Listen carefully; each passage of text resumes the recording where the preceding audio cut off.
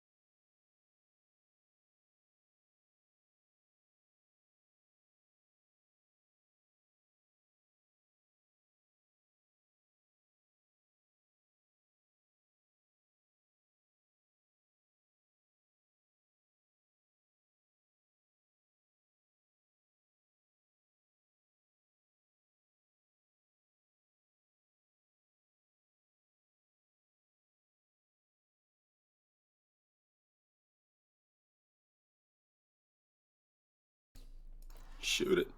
I mean, we were already streaming, but now. All right. Now the sound is on. Yay! Hello. Yay. We were already streaming. Lovely people. All right. Now the sound is on. Ooh, welcome to Yay, the hello. internet. Yay. Welcome to this stream. Lovely people. And I've got Alright. I've got a window Ooh, open. welcome to the Yay, hello. internet. Yay. I've Welcome got to windows this open. stream. Ah. Lovely people. No, it's And a I've got- window. Alright. I've got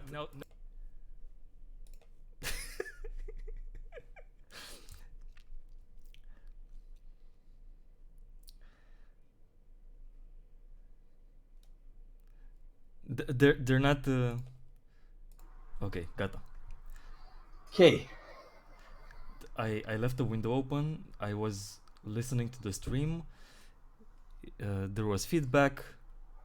It already started really well. I hope it's positive feedback. Good. Awesome. Lovely. Well, should we do like a round of introductions or something? I don't know. I suppose, Aline, you Yeah, go so, ahead. Yeah. Introduce us. So I'm Aline. I've got the channel that you're listening to. I make videos about comics. With me Yes. there are Edgar, who did the voice on one of my videos called Revu Reviews Curse Worlds. Yes, it was very good review. Please watch it. It's very underrated. Yes, it's Oh, hey, Revu. it's got among the fewest views from my videos. I'm very And, disappointed. And yeah, it was a funny video. I liked it. Especially the voice acting was above average for my more than shut above average for my channel. And there's also Matei, Yep, that's me. who can actually speak English. Well, ish. It's not. I'm gonna have to. It's not in the comments, but I just got a PM saying that the audio is kind of low. The audio is kind of low. For whom? For I'm not gonna dox anybody, but I suppose he means the whole audio. I hope. I'm gonna make I'll inquire. you stronger.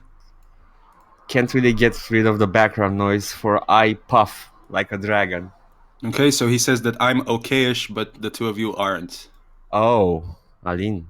So that's shit. Oh. Oh no. Oh no. Apparently Aline is the lowest. Yeah, that's usually how it goes. I'm going to speak more into the microphone. Yeah, okay. Louder, shout! Let it all out. No, don't shout. It's please don't shout. These are the things I would do without.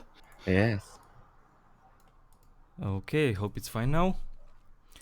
And today, I've gathered you today here in this holy. Unholy, surely. There was Catholic Easter. Yeah, but we're gonna talk about a very unholy subject, aren't we? Yeah, about our boy from hell. Heck, please. the heck boy. This is a Christian channel now. We've taken over. Oh, let's explain the heck boy thing because that was funny and people might not get it. Okay, so a mutual friend of ours wished us good luck with this stream and sent us this photograph of a like a bill from a cinema and what movies they were showing, and Hellboy was written down as Heckboy. Yeah, whoever typed, put in those letters was a very religious person or something and didn't want to say Hellboy. Yeah. Oh my god. Yeah. Also, I noticed Shazam was PG-13, and surely if you're a Christian, it's R, because it has a lot of occult themes and stuff, and you might not agree with them.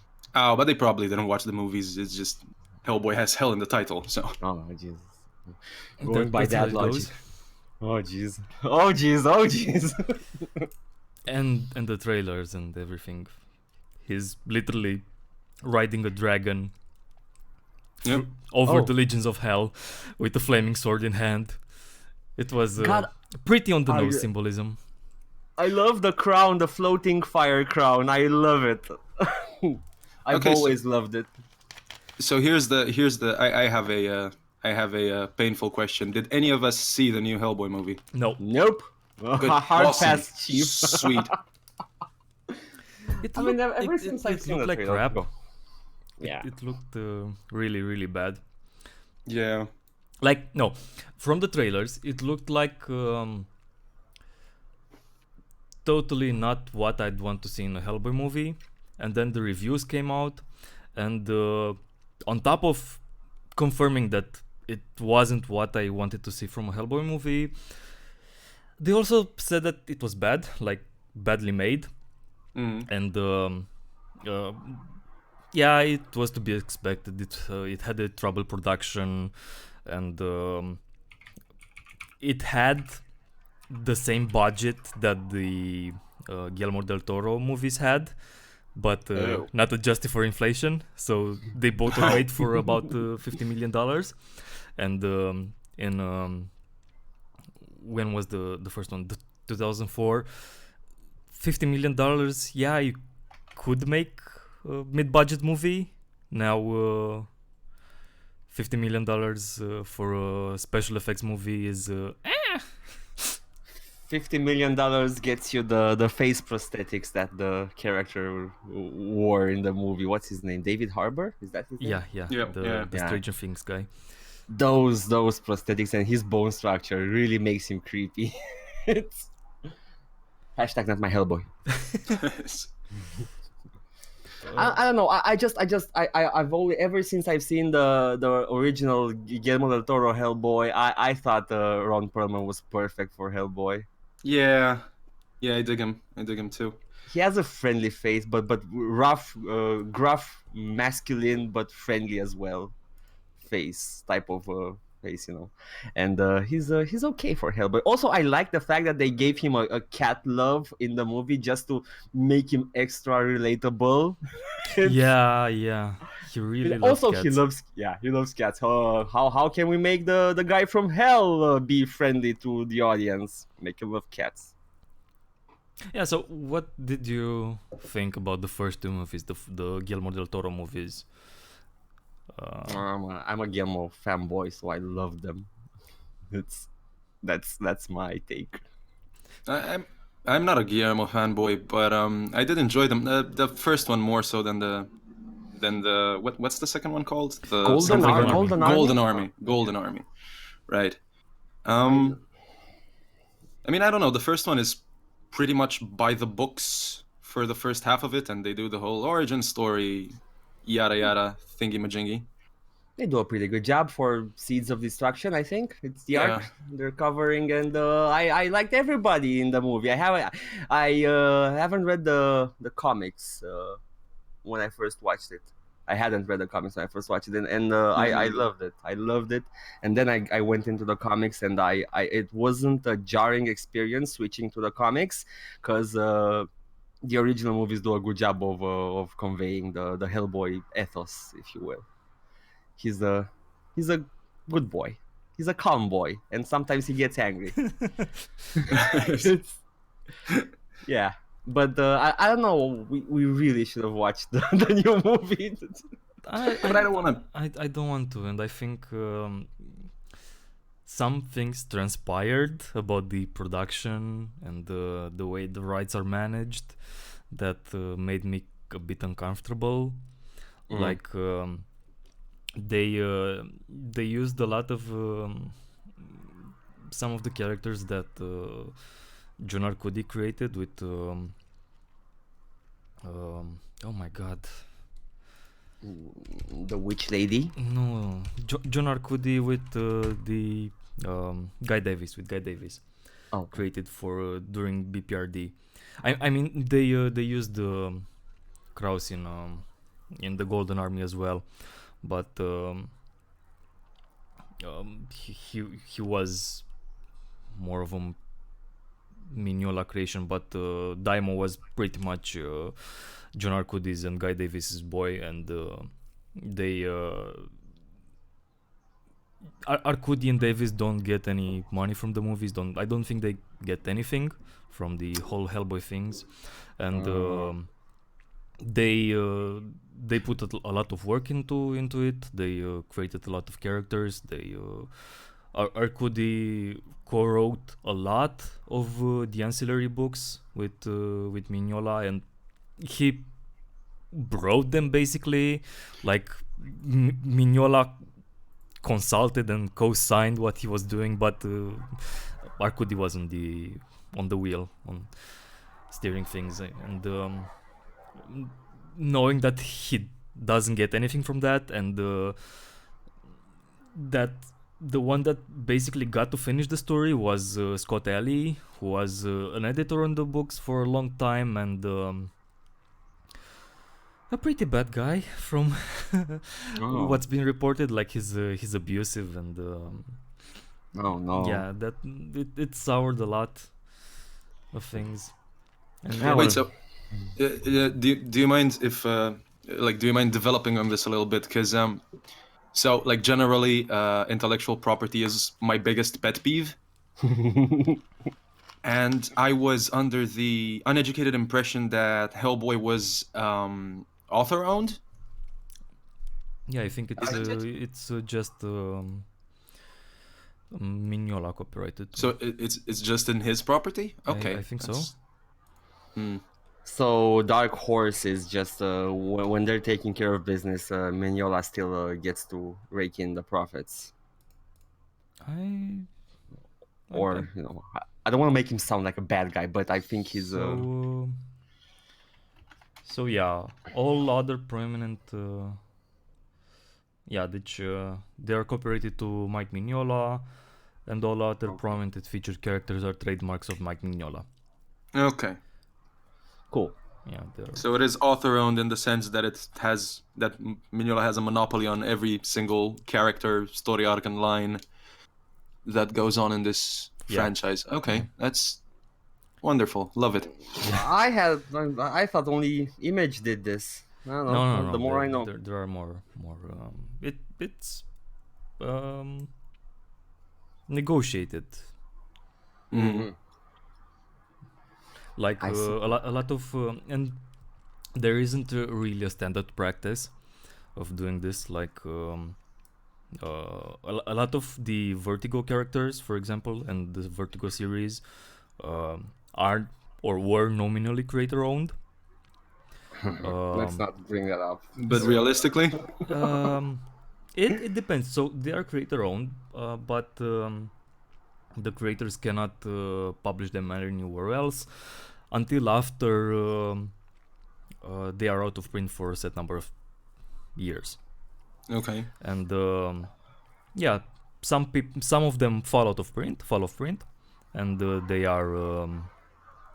they have been taken by the creators and published somewhere else. For example, most recently to my mind is Prince of Cats, which Ronald Wimberly moved it to Image. But some others are not, like Watchmen, which is like Watchmen was the template contract for the Vertigo ones, but done badly. And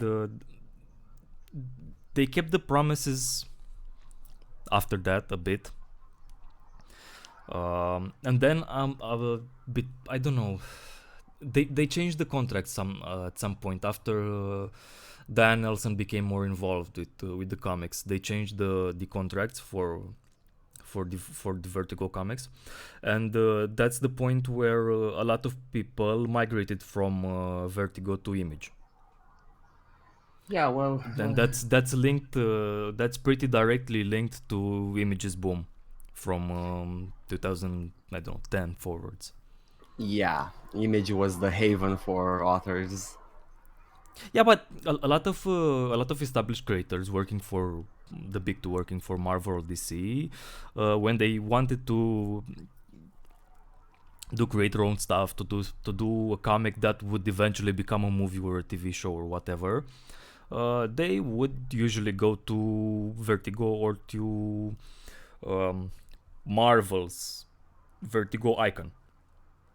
And after they changed the contracts, a lot of them just moved to Image. Good. Like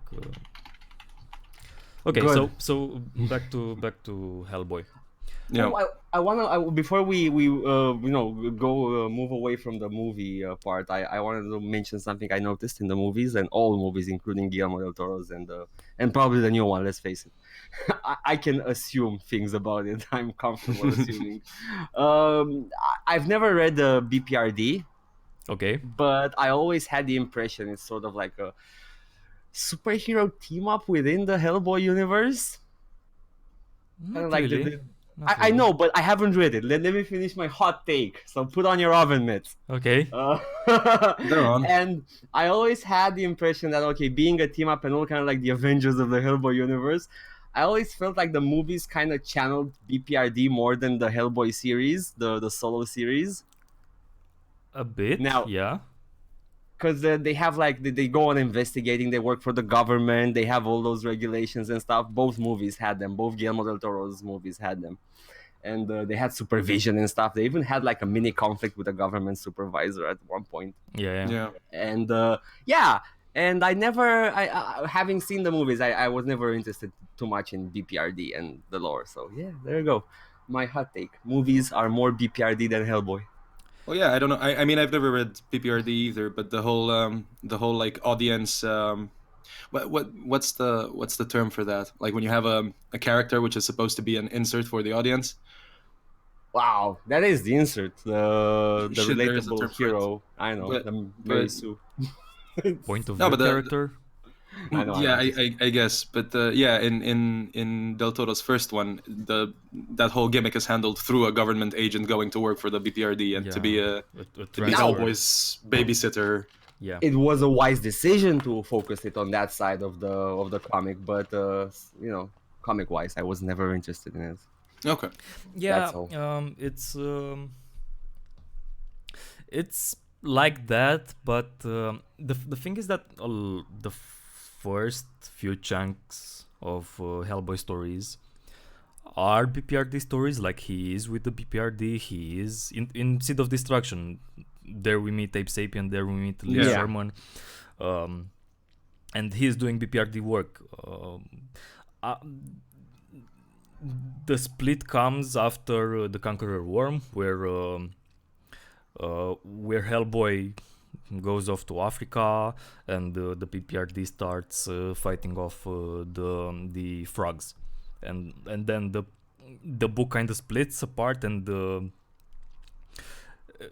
It becomes awesome. the Hellboy comics become a lot more of what the Hellboy parts were, and the BPRD comics become a lot more of what the BPRD parts in the Hellboy comics were. So it's Mignola identified it. I wanted to say about the movies that I think so. I kind of liked. I rewatched recently the first movie, and I think I'm a little bit warmer to it now than when I first saw it. When I first saw it, I don't know. It left me cold a bit. And the final act now, that's what ruined the film for me. It has no tension. No, it's Because it's know bad. he's gonna do it. It's bad. And the CGI gets worse and so on. But I really liked the first half. I really liked it, and I like the designs and the sets and the props. You don't have props like that in the Marvel movies. You don't have Guillermo del Toro's prop machine in the Marvel movies. It's amazing. It's the way they are all so intricate and nice looking Yes. and decorated and detailed, and oh my god, it looks so great. It looks so good, and even that headquarters with the Abe's tank and everything. It's so lovely. Yeah. It's so lovely. Yeah. Yeah, the what 8 books in front of the tank. Well, for the listeners who loved the props so much, maybe they can watch Kronos, which uses a lot of Guillermo del Toro's props in it, and it's amazing. Yeah, and what I realized is that even though the film doesn't really do what I think Hellboy is about and what I'd like Mhm. from a Hellboy film. I don't think you could get a film that gives me what the Hellboy comics are giving me, because they are dark and depressing and melancholic. But uh, Del Toro sees something in those characters and has a vision about them beyond that I don't know, it's commonly conceived of Hellboy. Like, I think most people think of it like there's that panel. That sequence. I'm gonna show it now with the Yeah. from I think Box Full of Evil with the monkey. Where is the sequence? While you search for it, I think the movies, what we understand as superhero movies, are not compatible with what Hellboy really is, and I don't think you'll ever see in the near future. You'll ever see a true Hellboy movie. A proper adaptation. Yeah. Yeah, No, yeah, I agree. it's has all the hallmarks of an indie movie, and superhero movies are anything but. So Oh, there it yeah. is. Okay, so I think when most people think of Hellboy, they think of this. They think of a fishman looking at a monkey with a gun, and the monkey shoots the gun. And it's funny, it's pulpy, but they don't know that what follows the sequence is this. It's something really really strange and trippy and dark and scary. Like Whoa. there are two parallel sequences where Hellboy is turning into the Beast of Apocalypse and is being beaten with an iron, and a demon steals his crown, and Yeah. it's amazing and terrifying. And on the Yeah. other hand, the monkey is torturing Abe, and it's Oh. it's It's a roller coaster. yeah. I- And the I, story, and at the end the story ends with that monkey, which was actually a man transformed in a monkey by the demon because he wanted money, and it became a slave to the demon. It he's thrown through a wall by Ape Sapien into some gold, and there he dies. It's dark and tragic and depressing. Yeah. So That's why Hellboy is awesome. yeah. Well, that and many other reasons, but And the art that makes me so feel so good. I was gonna do a Yeah, but- creepy voice. No. I realized that both Mignola and Del Toro love monsters. Yeah. They, yeah. that's what I know. But I realized that Del Toro loves movie monsters. Mignola loves literature monsters. He is. I think that's an underestimated aspect about it, but he's a really erudite writer. He's a really literate writer. He doesn't really go beyond, I don't know, 1920s in the Yeah. literature he references, but he references a lot and really goes really deeply. He cites passages from Shakespeare that you don't really not the passages from Shakespeare, like obscure one but very appropriate to the situation at hand, from various mystery writers, from myths, from legends, from all sorts of stuff, poems, lots of poems by especially by British writers, British poets. So he Freaking the he read Conqueror he read a lot. He read a lot. Yeah. The Conqueror Worm, named by Edgar Allan Poe poem. He reads a lot. He really likes literature monsters, while Del Toro loves movie monsters. That's what he was doing with the Hellboy movie. It was a movie about monsters, about a sort of Beauty and the Beast story, outsiders being thrown to the fringes of society because of how they looked. it sort of was a bit of uh, I don't, not a prequel, a prefiguration of The Shape of Water. Oh yeah. In Okay, yeah. like The Shape of Water, but without with Without the love. yeah, and with a lot The and plot. a lot more action and a lot more. I mean, come on. Pulpy.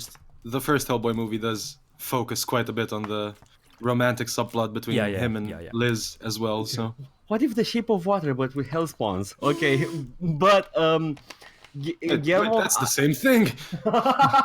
and also I don't see Mignola referencing movies all that often, and when he does, there is a piece in one of the digital omnibuses where he says, oh no, in the first omnibus, he says that he loves movie serials, but he cannot stand watching them. Oh. And there is a short story, Double Feature of Evil, where there's this image of corpses watching the cinema, and it's very evocative. I don't think he hates movies, but I think he might Not be the biggest fan. have I don't know, but have a particular perception of moviegoers, of the movie-going public, especially of big movies, I think, and especially the stories in that that comic, Double Feature Review, were a bit atypical. They were much more pulpy. Like Hellboy stories are pulpy in premise, but they end up being usually something else. They end up being funny or tragic in some way.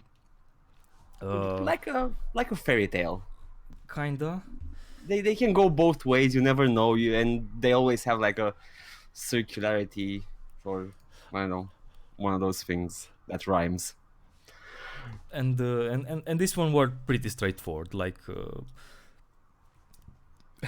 Hellboy was fighting zombies, and then something killed the guy who made the zombies. It was straightforward.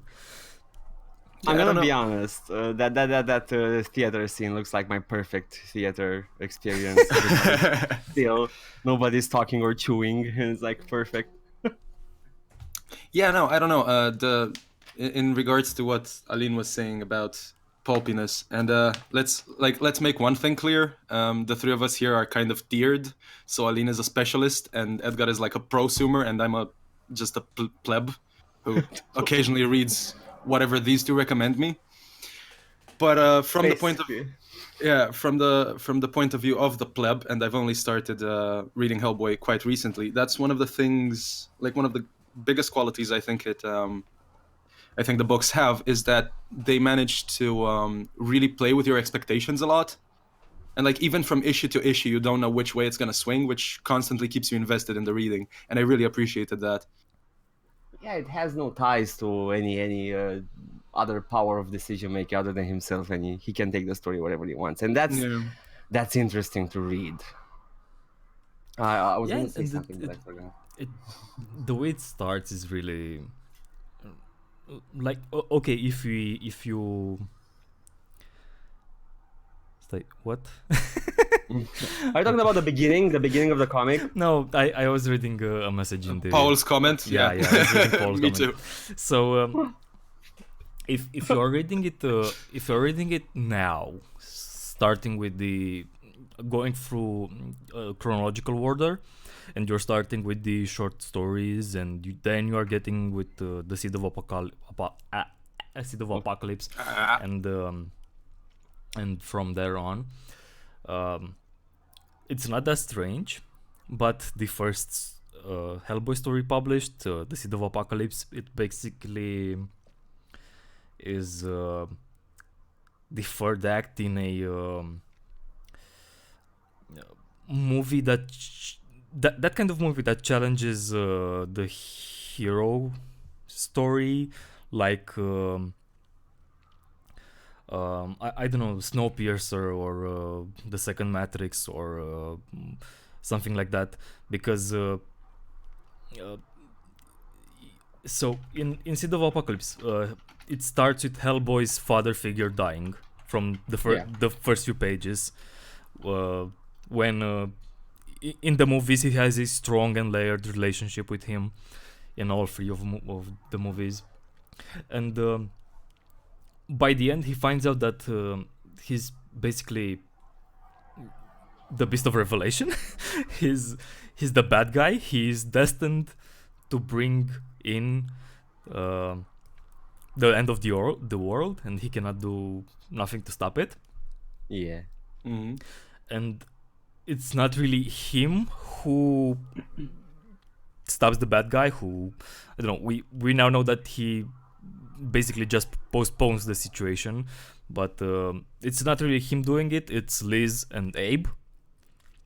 So it's that kind of story that challenges the normal heroic story, which doesn't happen in the movie. In the movie, it's him who basically, Liz helps, Abe helps, but for the most part, it's him who beats up all the bad guys and blows up the big monster. There's only so much you can do with a movie, but yeah, it's. But from the very story, that's not what it happens. If you go back into the short stories and other stuff, yeah, he kind of has his heroic moments, but they are less often than not.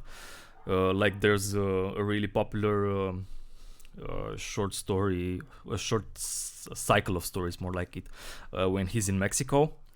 Oh yeah, love him. And he basically in Mexico gets with a bunch of vampire killing luchadors. Oh yeah. And during the night during the day they slay vampires, and the night they party. And at some point the partying gets to them, and one of the luchadors is getting kidnapped by a vampire, and is turned into one, and Hellboy has to kill him. And that yeah, so what were I saying? It starts with a really pulpy and funny premise, and then it becomes dark and tragic, and Yeah, and also it's the hero's failure to be by the guy's side to rescue him. Yeah, and from then on he goes through village to village, basically just drinking himself off because he's really guilty about failing to save that guy. And he doesn't really do anything. He just gets beaten up. Yeah. And never seems to get a break. In the other, even after Seed of Apocalypse, in the other Hellboy stories, he's not really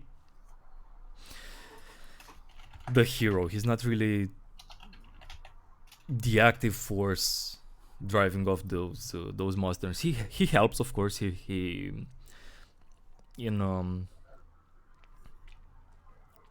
but it's not always for violence. Like in Wake the Devil, Jesus. Oh yeah, my God, what's sorry that? about that. You got street races, Edgar? Yeah. Awesome. Like in Wake the Devil, yes, he fights the vampire Jurescu. Oh my God, I love that Mignola mentions Romania so often. Yeah, with Nazis, in conjunction with Nazis, which is okay. I mean, that makes sense. But sorry to barge in, but we need to mention that that one shot you screenshotted and sent to us, which is this icy mountainous landscape, and it just says Burgo past Moldova. Yes, I haven't seen that since. That is a thing of beauty. Since Bram Stoker's Dracula, I haven't seen such a jarring moment, especially for me as a Romanian person. That was from the movie. Yeah, but that was in the movie. One of those experiences that you see like Transylvania and like what are you, Făgăraș or something? I don't know. It's like, okay, this is weird, but okay, I'm on board. Yeah, and there was the other one with The guy who fought the Carpathian mountain goat. Yeah. That's a thing. Okay, sure. The mountain goats are cute. Why would you fight them? Maybe it's a demon bouncy boy. Bouncy boy. Yeah. Bouncing on my boy's hell spawn or Okay. So yeah, in fight the devil, he fights the vampire Jurescu and the dark demoness Hecate and stabs her, but they basically get reborn because they're demons and that's what they do. Oh no, he doesn't even fight Jurescu. He kills him. Hecate kills him to be reborn. A whole cosmological thing. It's weird. So he cannot physically fight Hecate. He basically just his way of winning that encounter is by rejecting his demonic nature. It's it at the very end it becomes a personal conflict, a internal conflict.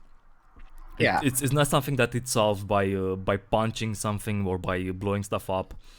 And in the Conqueror Worm again, it's more of the Lobster Johnson and the Homunculus Roger doing most of the thing. He's just basically there being hunted by demons and his nature and denying it. Like literally haunted. The place is haunted and they help him sometimes. Yeah. Oh, that's an amazing story. And I don't like that much. I love it. Why not? Wait, why not? I think it's got two amazing moments, and I love them, and they redeem the story. But I think it's a bit of a retread of the first story and the Wake the Devil, like Nazis from the past are trying to release the seven serpents of chaos. Yeah, I've seen this before. Hellboy is basically useless. See, what your problem is, you've read them in sequence. I haven't. I guess so. I completely enjoyed that story. But yeah, they've got this amazing moment with the floating head Nazi turning his niece into a frog monster. So yes, turning her slower than the other people into a frog monster, so she could appreciate what he's doing. Yeah, that hit hard. It's like, oh man, it's oof moment. Oh my god, that was such a moment. And then this one when Roger was possessed by the Cthulhu thingy. Oh yeah, because he takes in all the power because he's like a battery. He's yeah, and he thinks his work is done and he's ready to die, and he's just floating there. Yeah. Such an amazing. I mean, okay, let's can we dial it back for a bit and from the specifics and into the general, what Hellboy really means and how many things converge into the universe that Minola created? Because you mentioned it's very pulp fiction in the sense of like actual pulp stories. Yeah. But it has ancient demons and working to bring forth the apocalypse by opening some locked mechanisms, the Ogru Jahad, which are basically Lovecraft space monsters. Yep. And those are already two things which are based in literature. But then you have space aliens, which are modern. Yeah, but the space aliens are the first race of the remnants of the first race of man who ascended to the stars. Which again, the precursor race, like something out of what do you call it? Prometheus, goddammit. Stargate. Oh yeah, so we got ancient aliens, Lovecraft space demons, and ancient demons, and also folklore creatures that are trying to survive. They're dying, and it's so depressing. And they're withered and lonely, and they're kind of neutral to Hellboy. It's a great universe. Yeah, it's an universe constructed by short stories. I mean, if even the broad one, the big ones, have this short story structure, and Yeah. they're focusing on moments inside the bigger narrative, and that's a big part of what gives them their strength. So a lot of the short stories are basically Mignola retelling various myths that and even stories, like there are some stories that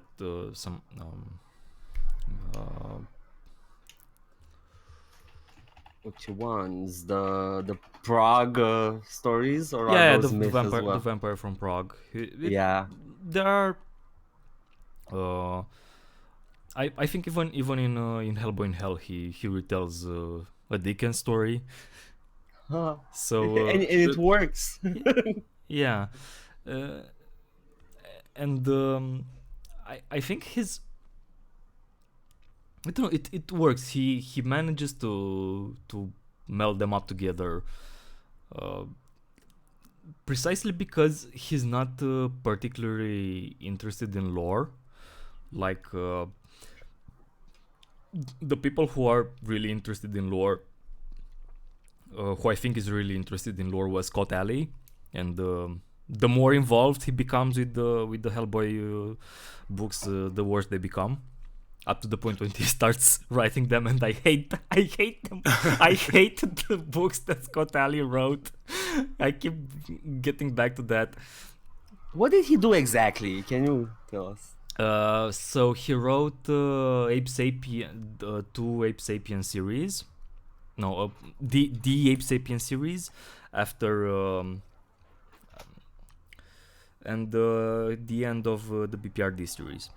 Mm-hmm.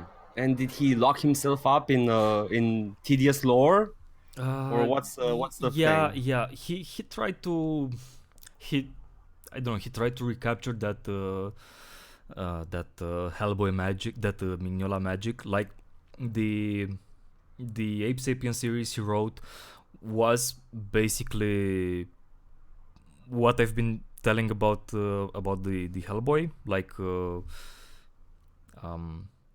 it's a dark and depressing story about a hero that cannot save the day, and about the dark destiny that awaits Ape Sapien, but it doesn't have the Call it magic. It's okay. it's not magic. It's Fucking magic. He tells it. He tells it like a serialized story. Yeah. He doesn't. It doesn't have this background of literary inspiration and myth that Mignola injected into Hellboy. It doesn't have the humor. So like it's Hellboy stories aren't really humorous, but they have funny moments. They have moments that know that well the story has real emotions and real pathos, and points to some deep things, emotional things. You shouldn't always take it so seriously. And It's the comedy, rises from the situation itself, not a joke written by the author. yeah, and Ape Sapien doesn't have that. It's really dour and depressing in the bad way. It feels like you're depressed. Would you call it damp? Damn. Yeah, yeah. and Yeah. I don't know, I didn't really like it, and it stretched out too far, and yeah, I didn't really like it a lot, and the PPRD continuation was pretty much that, and there it didn't have the Arcudi touch, which John Arcudi had the real faculty with characters. He created some very believable characters that could change and evolved and reacted. I really liked how they reacted to the situations. I think like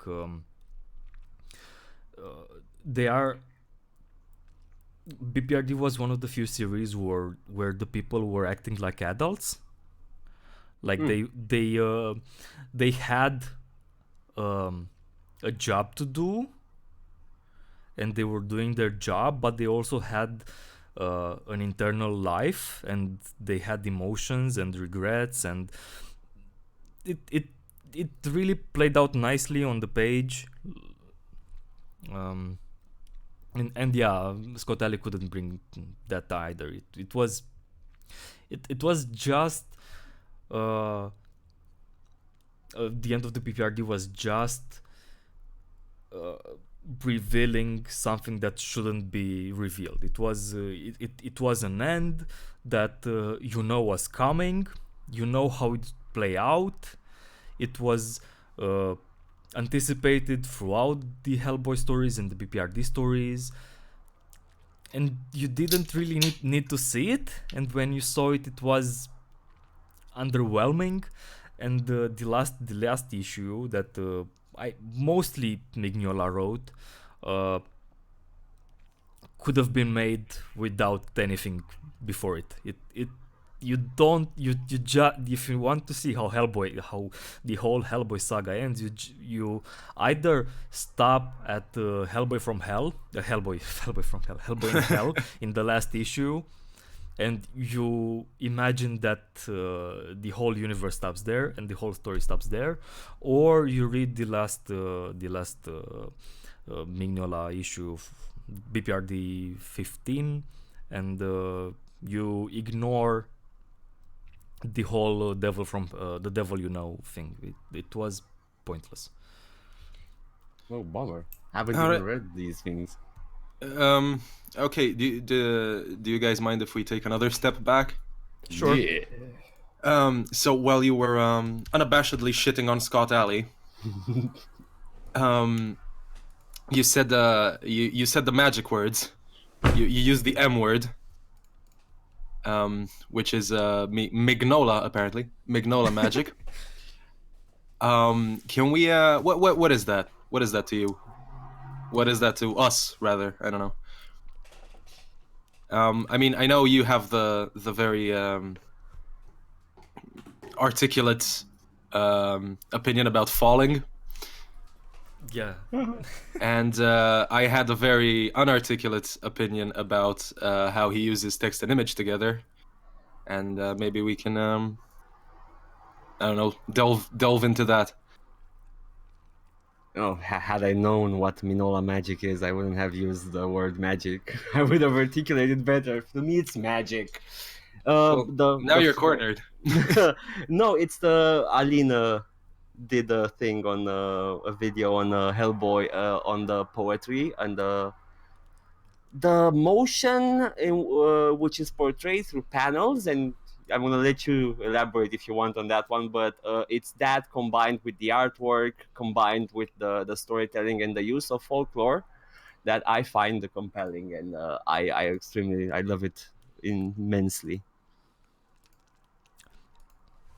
Yeah. So in the specifics, um, the way Mignola designs its pages is yeah, it's really poetic to me because he plays a lot with how time moves and how it's perceived, how objects move through time and space, and the way the pages are composed and the panels are composed uh, to me suggest a dislocation of things through time, which is very appropriate for the kinds of stories he tells about these mythical creatures that are somehow out of sync with our normal world, and by doing that he makes them feel much more uh, verosimile, Right. more real than if they Yeah. were just portrayed. And so I don't know. I've picked up a few pages, and you see that there isn't that much motion, and that much space to read the page in the Z pattern that you usually read comics. It's this focus on details, back and forth, and I mean, there are three bits that you can read chronologically. The top part, the left part, yeah, and the block. you can read that, yeah, but the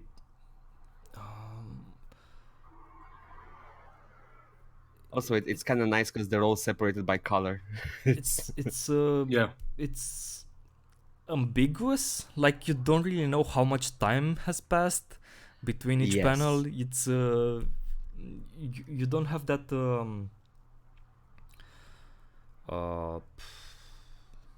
It's I, a I, I, story. I don't know that if you were to take the sequence and make a movie out of it, I think you could have a lot of interpretation about the time that passed between each cut.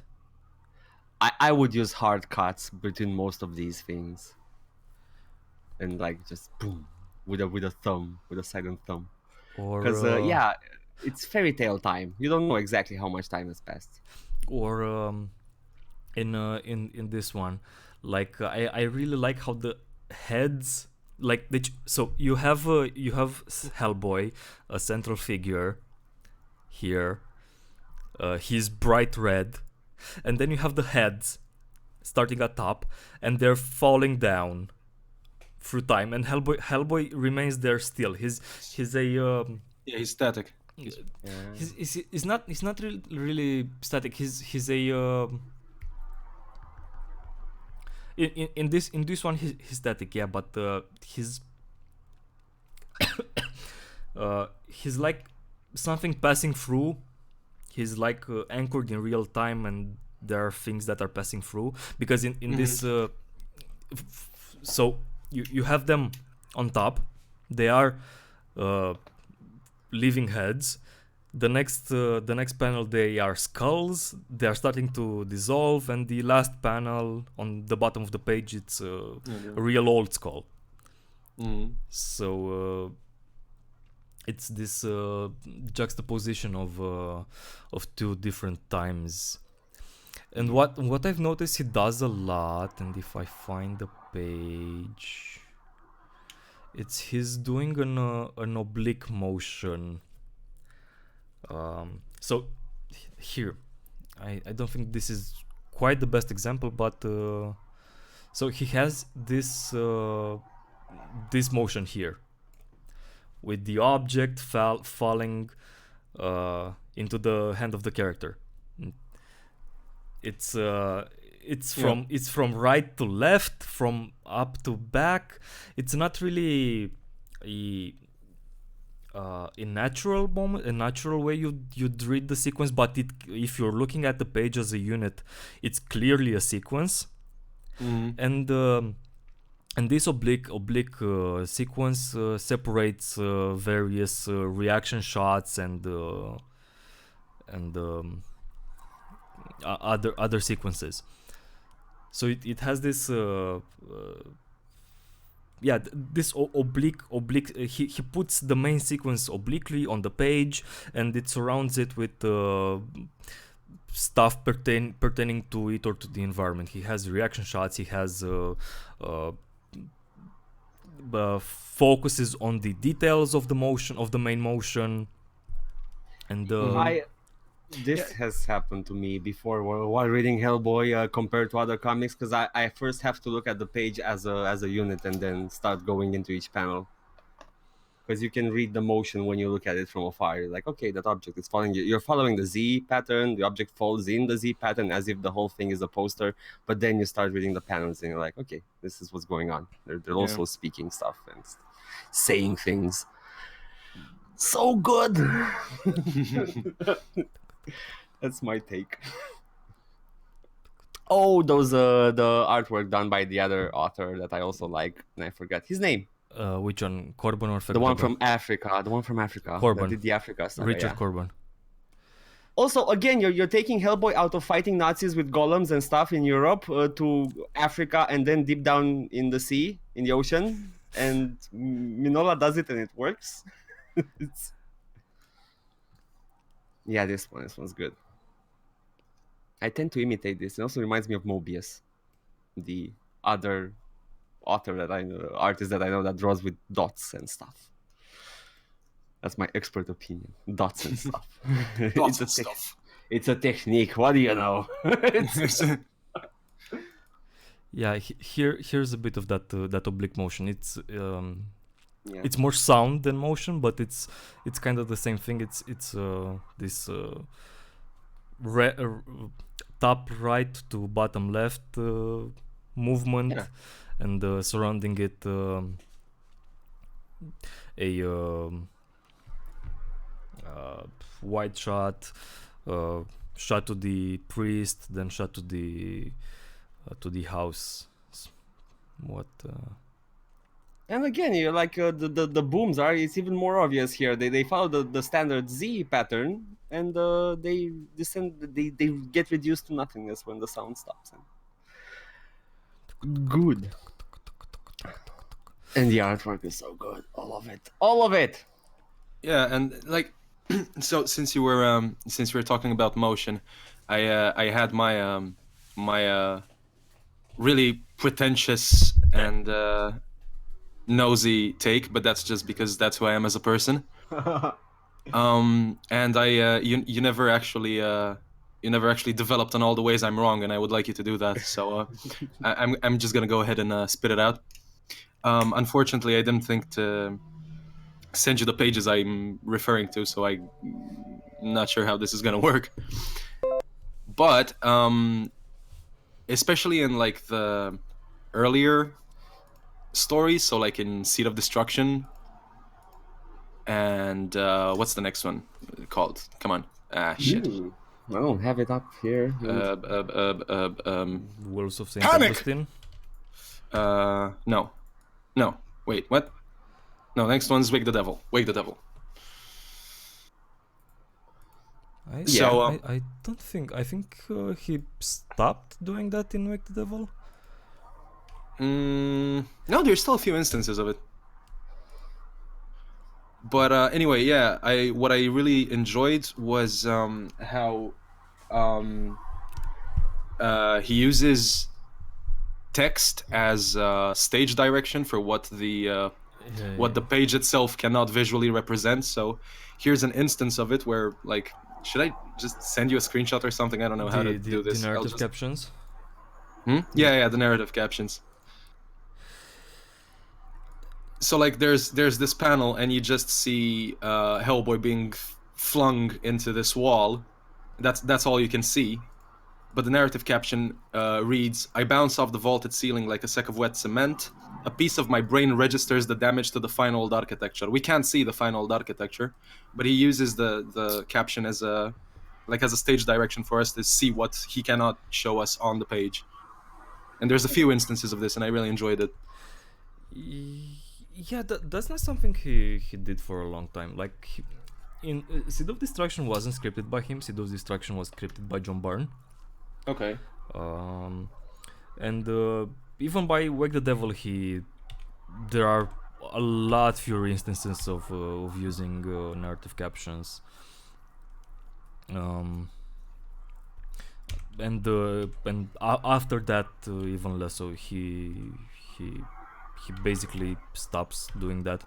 And if there are narrative captions, they are usually to specify the place and time of the action of where the story takes place, or to um, continue the dialogue that a character started on a prior page, like sort of a voiceover. Mm-hmm. They're not narrative. They're not first-person narration like they're in Wake the Devil, in Seed of Destruction. The Seed of Destruction, yeah. And I don't think it if that specifically came from Byrne, because in one of the very first short stories that he did, and I think he scripted himself, there still are those instances of first-person narrative captions, but they fell out of use quite quickly. It's not something he's really interested in doing, because I don't think Mignola is really interested in the characters' interiority, in what they feel, in what they think, in how they react. I think his characters are, I don't know, he has very well defined and fleshed out characters, and they are very interesting, which is why he made a lot of them. But they are, I don't know, Dickensian in a way, like they are archetypes. They are it's very interesting to see. He's very interested to put them together and see how they react to one another, but more through their actions. Mm-hmm. His which is one of the reason he collaborated with a lot of other writers when developing the characters he created through miniseries and other short stories. Like I don't think that's the main reason, because the main reason is that Dark Horse wanted to publish those stories because they sold, because they had Mignola's name on it. Oh, on sure, them. of course. But I think he had a story for them, and he couldn't write all of them, so somebody had to actually do the hard work of writing the stories. But the best of them do allow the characters to be taken in a more I don't know, traditional matter, to be treated in a more traditional matter, in a matter that's different than how Mignola can write, and the way he writes, and which is with a more focus on interiority, on character growth, on this kind of stuff. And that's not something that I don't think he's not good at it. I don't think he's interested in it. Yeah. And other people come in when the stuff has to be done. I mean, no, should he's writing an epic more than a character-driven character story. study, yeah. Yeah, and it's had the characters been realistic, like reacted like real people, real people. It would have been he would have been a deconstruction of the genre rather than like a fairy tale, which is what I want to read it as, the way I see it as. It's a fairy tale, a meta fairy tale of all fairy tales, with all these characters but interwoven. Yeah, like Makoma, which is one of my favorite short stories, and it's a encapsulation of the whole journey of Hellboy from the beginning to the end.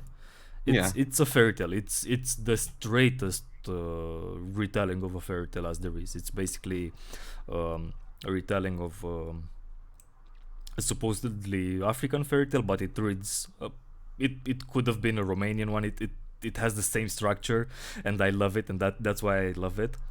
Only that it's the main character is drawn as Hellboy, but that's it. It's Prince, I don't know, it's Făt Frumos, which is a character from Romanian fairy tales, going over this mythical landscape and It's fighting giants and it's the hero archetype. Yeah, It's it he is the goes hero archetype. he goes through all the steps, archetypal steps. I'm trying to do an Don't. impression. Yeah, no, it's. But Oh, it is that. It is that because when we're talking about myths and we're using the tropes of myths, it's they transcend cultures in a way. to a degree. To a degree, yeah, but they come from the same source. Really, it's our past in Africa. I think. I don't know. Yeah. I don't want to be too. I don't want to say like. well, what say you, Mate? You're a sociologist. You should know more about this. I oh yikes. Oh boy. Oh boy. I don't know. I'm not necessarily very well versed in narratology. I did a course in college about it. You did? Oh yeah, because you did you did Yeah. letters. Yeah. Yeah, the myth criticism and that stuff. Yeah, And do they all have a traceable they common source? they all tend to go the same way, and you can apply myth criticism to any fairy tale, and it works. Okay. The whole hero arc and these structuralists prop his 22 schemas or how many. I don't know. I don't know, man. It was a Russian structuralist identified a number of schematas in Russian folklore, a sort of a more academic and structured version of Campbell's monomyth. I remember having to read Campbell at some point, and having liked it quite a lot. It was one of those moments like, yeah, it do be like that. And yeah, what can I say? Oh, Hellboy, of course, doesn't follow that because each you can apply that sort of criticism on a story individually, but the whole story of Hellboy takes on different episodes, like you said, and you cannot take it as a whole unless you follow his journey. Yeah, his journey is basically stuck in the denial of the Yeah. call, because he Which is a good thing for everybody. that's the thing, because he's not the hero of the man of the world of man. He's the hero of the world of demons. He's the villain of the world of demons because he doesn't want to answer the call. He He's like, becomes that yeah. Oh. And but were he to answer the call, it would bring about the end of the world, and he brings about the end of the world. Spoilers, but he postpones this long enough that the race of man could survive, and and the the new race of man could find good mentors. Like they won't be subjugated by the by Rasputin, by the Ogre Jahad. They would follow the teachings of the ancient watchers, as they can see it in Liz Sherman and so on. So he postpones the call for long enough that things end up less apocalyptic. The end, so that the end can be a reborn, because when Mignola called the operation, the Nazi operation, called it Operation Ragnarok. Ragnarok, yeah. Yeah, that was fitting. I don't think he necessarily planned it that way, but it ended up being that way, because the Ragnarok isn't just the end of the world, it's the reborn, the end of the world to let a new one be born in its place. See, when you're working with the building blocks of storytelling, human storytelling, if you're being careful, you will not get stuck in a corner. So naming it Ragnarok could fit if he's careful. So because Which he's careful, he's smart, yeah. he's literate, and he knows not literate, he's erudite. Pardon, literate means just he could read. yeah. He's sufficiently erudite and can bring numerous outs, and this he's not afraid to bring outside influences. Yeah.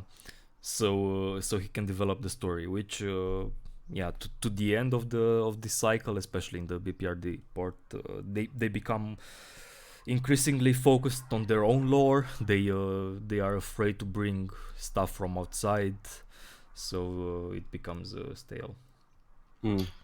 Which I think if so, the main reason I wanted to make this stream was because I wanted to make a video called how Hellboy died. Yeah. And it was Okay. it started with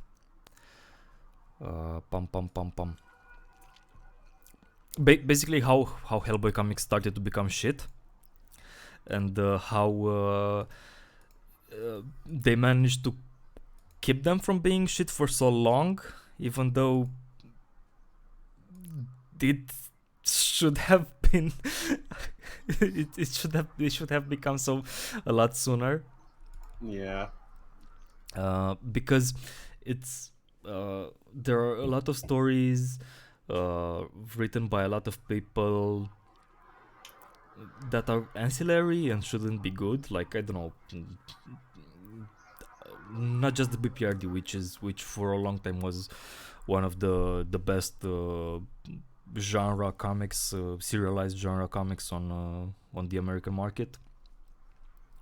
Like it didn't do what Hellboy does, but as a adventure story, it was very good and adult, like in a not in the edgy way. It was adult in the way that characters were acting like adults.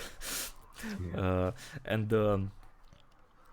I realized that there was a short story called "The Magician and the Snake" that Mignola wrote with his daughter, which was about a magician who wanted to please a king, and he did so by conjuring free solid objects from thin air, and that was he paid the price for that. Sometime after he conjured the objects. Oh no, pardon, sorry. The objects disappeared. The objects disappeared, and after some time, the objects will come back, and when the objects will come back, he will die. Oh. And I was going to use that sequence as a metaphor for what Mignola did. Like he did the magic, making the comics be good for so long, but after a time they had to be shit. And I wanted to use that because at the end of Hellboy in Hell, Hellboy goes in a house and sees those free objects. So there's a link here. There is some significance there. Hellboy, Mignola, at some point, I don't know, has doubts. If not, they might be about his own mortality and his relationship with his children and so on. But you could link that to his relationship to his characters and to how they are they're treated and they look and yeah. They sound like a very broad but calculated strokes what he's doing, and again, yeah, it's kind of hard to ruin it if you're careful about it and know what you're doing. And yeah, he's gonna end it. He knows it's ending, and he made a callback to something that ends. I like things that end. Yeah. In general. Church. I like things that end because we all end, and I don't have time for never-ending things, and that's why I mainly stepped away from the mainstream superhero comics. So you're not a fan of the never-ending story? No, never mind. That's what I was Fuck it. going to say. That's No, precisely what I was going to say. not a fan. Oh, come on! I grew up with that book. I feel personally attacked. Never read it. Only Oh, you watched should. a bit of the movies, Oh and no! I'm Fuck not. that! Fuck that! God, no! No! No. No! No! No! No! Like, end this book. It's. I love it. And I I will love the always love it. movie. I like the Why? movie. You're wrong, Ali. Because it had a giant flying dog dragon thing. And Okay, the horse Falcor was died cute, because but- he was depressed. Look, Well, when I saw Falcor, I couldn't help but think about his very wet licks, and that put me off. I don't like dogs that give wet licks, oh, and you don't like dogs? no, I Oh. don't like dogs, especially drooly dogs, and yeah, mm. Hard pass, chief. But yeah. But anyway, so the two of you had mentioned how Hellboy isn't a hero of humanity, nor is he a hero of his own people. No. So I'm gonna have to play devil's advocate here, and I wasn't gonna do this, but now I just want to be shitty. Oh. So stop me if you've ever heard this hot take on literally every piece of media ever created by mankind. Okay. But is Hellboy a representation of Freud's system of the psyche? The hell? Because heard that one before. he's got the demon side, which is the id, and then he's got his human upbringing, which is the super ego, and then he himself, via the ego, manages the impulses. Those anyway. Again, your Freud built on the shoulders of Jung, I think. No, No. No. No. the other way. Then what? Nope. The other way around? Oh, it's the other Yep. way around. Yep. Yeah, it is. Okay, I mean, irrelevant to my they point. Were colleagues. They were Okay, colleagues, okay. and Jung reacted to Freud a bit. If Quite a bit. yeah, But it's Hellboy having demons is just something inherent to fairy tales, or him being a demon. You could view it as a representation, but I don't think I think it's just coincidental. I think. no, there is a bit of that, especially in Okay. the Fegredo stories, in the Darkness Calls, Wild Hunt, Fury in the Storms stories, because it addresses that. Oh, good then. So in the after leaving BPRD and going out at sea, he starts drinking a lot. He avoids confronting his demons. He flees from his past, from his destiny. So he he avoids doing introspection and changing his behavior, like it metaphorically. Right. Yeah. And then Yeah.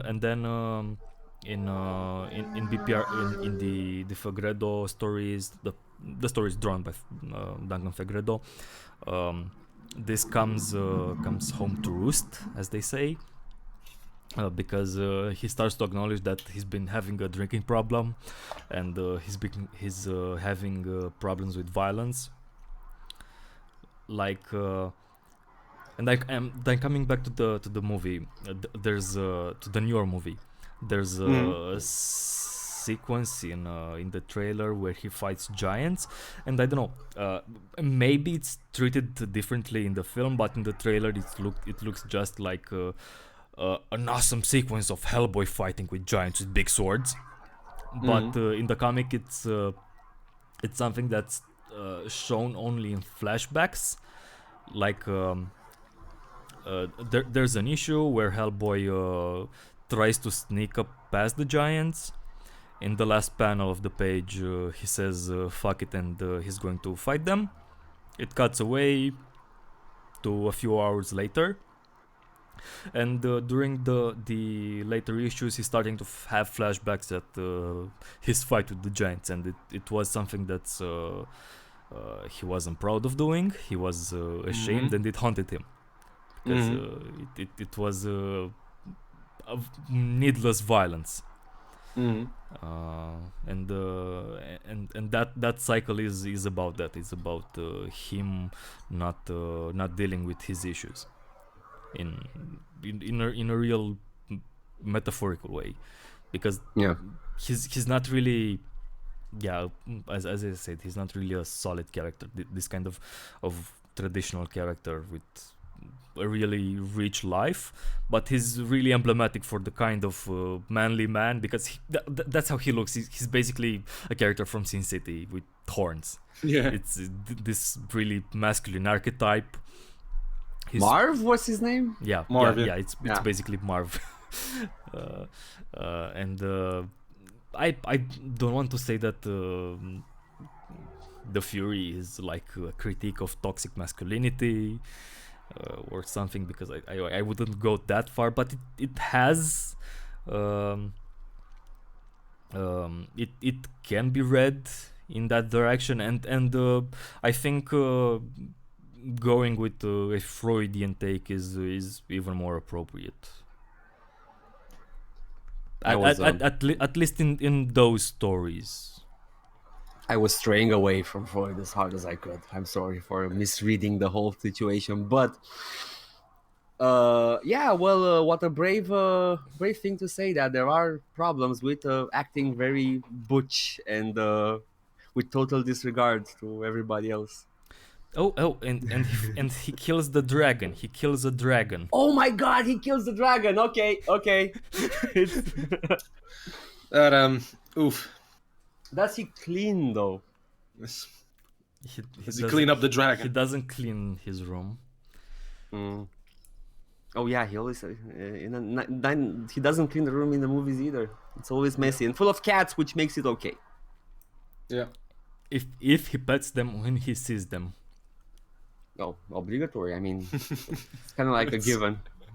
He saves a box of cats. Oh my God, that scene is so. God. I would have had a total disconnect with the scene had it not been cats.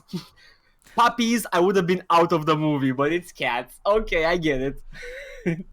Like, why doesn't he leave the box down? He wants to protect it from the gross toad monster. Yeah. Oh boy, yeah. Hellboy. Hellboy's a good boy. Hellboy. Yeah. Also, I find the loop that we have right now on screen extremely cute. Yeah, it is absolutely my adorable. my partner drew it. Is God bless her soul. fantastic. I hope she's listening, or tell her we said it's great. Yeah. Look at him. Falling. Why is he falling though? Because Did we he talk falls a lot in the comics. No.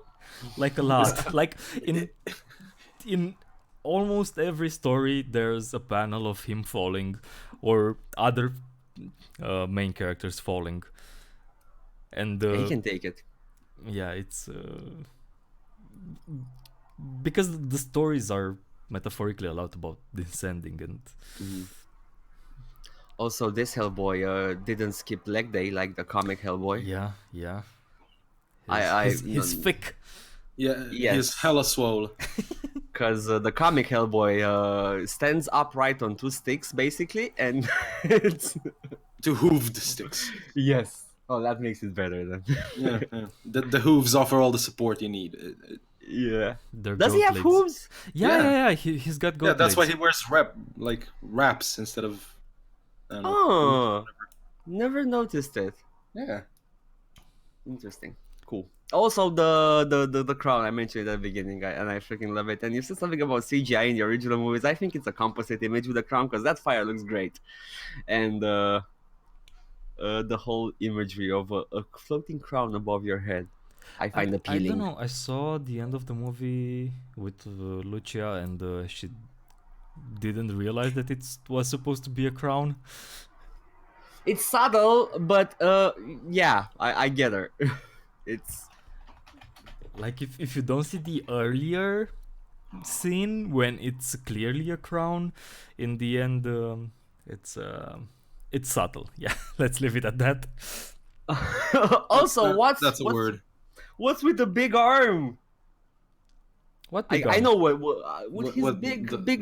the right hand of doom? Yeah, what's with it? We didn't talk about it, and it's in Hellboy, and maybe It's the arm of a fallen angel who created the Ogru Jahad. one of the precursors, the ancient ones. No, even before No? them, even before them. Oh. So in the cosmology of Hellboy's universe, there is basically a god. There is something akin to the Christian God, an omnipotent being that it doesn't really have a consciousness. It's basically Oh. a force, Mm. and there are these watchers, these angels. One of them who creates the Ogru Jahad, basically the main antagonist of the series. The other angels give him life. He wakes up, spouts 366 Ogru Hem, which are the smaller Cthulhu demons, Cthulhu monsters. Like they're still huge and giant, but not as big and not as bad. Right. Yeah. Which are they end up being the what are most of the monsters in the comics supposedly are Frogs, lizards, lizard men. No, they give birth to the lizard man, or they transform. So after during BPRD Hell on Earth, when all the Ogruhem are risen from the earth, so they basically cannot be killed. They are spirits, and they are always always existing, and there are always 366 of them, or how many. There's a fixed number, and they can manifest themselves by possessing stuff, by possessing people or stuff like that. And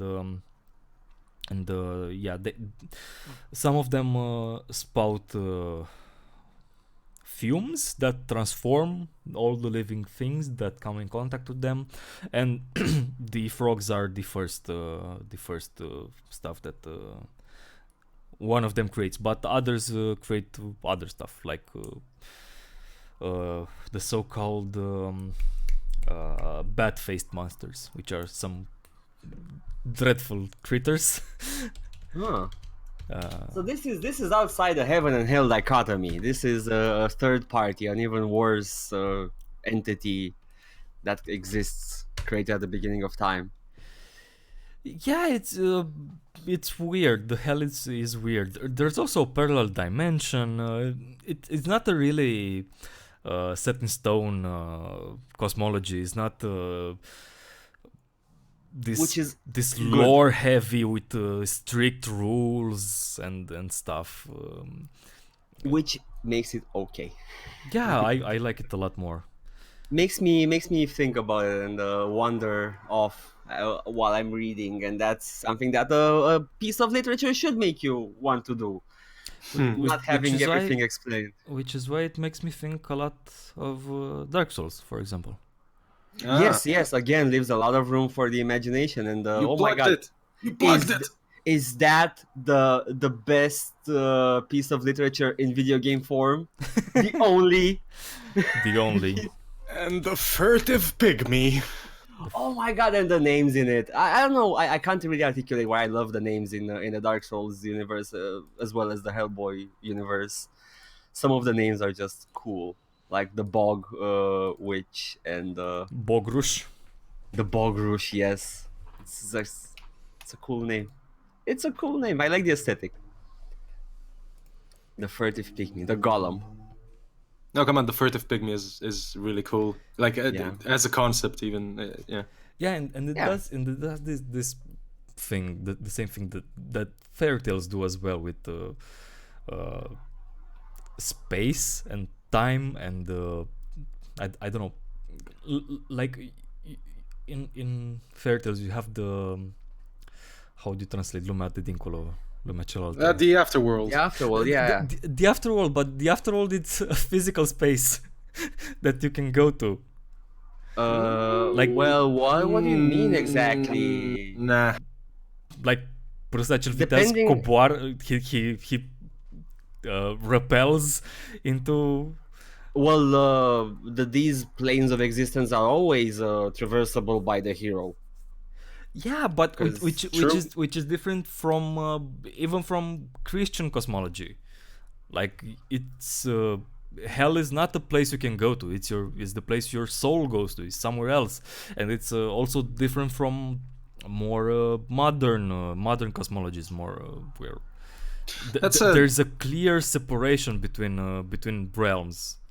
There is something to be said that the more you go get close to the present, the less tangible the other realms are, and I cannot say it because I'm not articulate enough. But the fairy tales used to have them accessible, because that's the whole point. I mean, even in Dark Souls, you can. Yeah, that's what I was saying. In Dark Souls, Yeah. it's the same thing. It's you've got all these realms that are accessible, physically accessible. Yeah. Oh, what's that beautiful boy? The bat-faced monster. That's So amazing. bat-shaped. I don't know. Are those tiny arms on his jaws? Yeah. It's a guy Davis design. He was amazing at that. Creature These design. little touches like the arms. It's oh my god. And Yes. and they somehow managed to run him out of comics. I don't know, Oh. the Dark Horse people. We don't really know why, but probably related to what I was talking about in the beginning with the way they managed the rights and the editors being abusive. Like I don't think Scott Alley was the only one. They for a while they had Dark Horse had a really abusive environment from the editors, and it was shitty. What was Dark Horse's Yeah. Dark Horse's rise to fame? What was it? Hellboy and Sin City. Since wasn't it something before it? No, not really. So Dark Horse was a publisher started by Mike Richardson, who was a retailer, a comic retailer at that point, and for a very long time they had Dark Horse Presents, which published a lot of black and white comics. I don't know if only black and white. A lot of comics serialized by big name or some of them by big name or rising star artists. So like Frank Miller or Mignola. Yeah. And a lot of others. They published and they had they were a precursor to Image in a way. Mhm. Like But you mean like with the whole licensing deal? or- yeah. They were creator owned, a lot of them, and not all of the comics they published were good. Like not all of them were Hellboy or Sin City, but quite a few of them got licensing deals. Like they published the first Mask comics, The Mask. Yep. They published Barbed Wire, for example, another comic book movie that you might remember. I Or remember the movie. It's- And the creator-owned comics weren't that successful, but they kept afloat by publishing a lot of licensed comics, which is a way, Yeah. which is something they differ from Image. Like they were a No, lot. come on. They were Image did a lot of licensed no, stuff as they, well. They didn't. Sure, they did. Nuh-uh. I can't really say. I can't remember exactly. I know I've heard of them. They came in my radar with something else other than Hellboy, and I can't remember what. No, It could have been like licensed stuff. Dark Horse was a lot more of a publisher than Image was. Image was basically 7 artists from Marvel setting up their own umbrella publishing, but each one had their own studio and their own imprint over which they had control. Yeah. And they were doing for a long while. That's what Image was. It was the umbrella publisher that basically was just the trademark of the logo. So Image was basically a logo for a long time, and because it was easier for McFarlane or Liefeld or Jim Lee to publish their own comics, but there wasn't really an editorial side to it. And Dark Horse had an editorial side to it, and they published a lot of Alien comics, a lot of Predator comics, a lot of Terminator comics. Must have seen one of those things, and I always associate. Aren't those licensed? But yeah.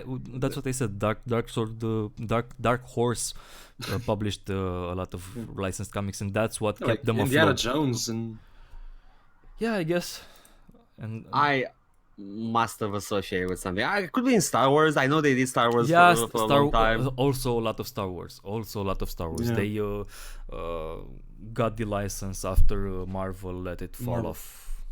And isn't it back with Marvel now? Yeah, it's back with Marvel. Yeah, because because it's at Disney and Disney, yeah, obviously. And it's funny that they are publishing so many Star Wars comics now, and they are selling so well that were just the Star Wars comics from Marvel to become their own publisher, their own imprint. They'd be the third or fourth largest comic book publisher in the market. Wow, that's a little spooky. Yeah, they'd be bigger than Dark Horse or Image. Well, I mean, they're one of the big ones. Image, I don't think they've been that big. No, they Never been that big. They've raced past Dark Horse in past years, especially because Dark Horse lost a lot of its licenses. They've been hemorrhaging them. Like they've lost Star Wars, they've lost Conan recently. Yeah. Conan's a thing, I guess. Or I don't know if they really. Oh come on, you read Conan. Yeah, but the books, not the comics. I know, but I don't really know what the situation is with Conan because it's in public domain now. So I know. So Marvel publishes Conan comics, and I think it reprints the comics. I don't really know what the situation is, but thanks. I'm waiting for the more deconstructive series on this, if it's public domain. No thanks. It's the Kurt Busiek and Carrie Nord series Dark Horse published. It's really good. I think you'd like it. Okay, I like the books. They're pretty cool. But actually, as far as IPs switching hands, Conan went exactly the same way Star Wars did, because like way back when it was like the Conan comics were also under Marvel. Wow. Yeah. Like in the 80s, I think. Was it 70s, 80s? They had Conan when it was being made a movie. That's great. They had it before it was made a movie. The main Conan iconography and stories we have now more or less come from the Marvel comics that Barry Windsor Smith and the what's his name, great Marvel comics writer, Ditko. No, not that writer. Not a writer. I don't know any writers. So like the first Roy Thomas wrote. Yeah, Roy Thomas. Yeah, which was 1970, like straight up 1970. The imagery that Marvel set up with Conan don't match what I'm visualizing while reading the books. It's completely different. Yeah, no, they I think they started off with the Frank Frazetta illustrations and covers. Oh yeah. And that was their main inspiration, because a lot of Frank Frazetta was a comics artist for a while, and he was an artist, like the main inspiration for a lot of people. Oh and, yeah. and I think Barry Windsor Smith and John Buscema looked up to him for inspiration and stuff, and And yeah, I think probably he might have gotten given the start for it, but they developed a lot of I like the iconic horned hat. Oh yeah. That's Barry Windsor Smith thing. Okay. So Because basically, in the Frazetta one, he's basically naked, naked with a bit of loincloth and choking a snake or stuff like that. and then you're choking the snake. Oh my god! and then Hey. and then you're reading the first chapters in the books, and you're like, well, he's an emperor and he has armor, and okay. And This is all new to and me. he's managing the kingdom.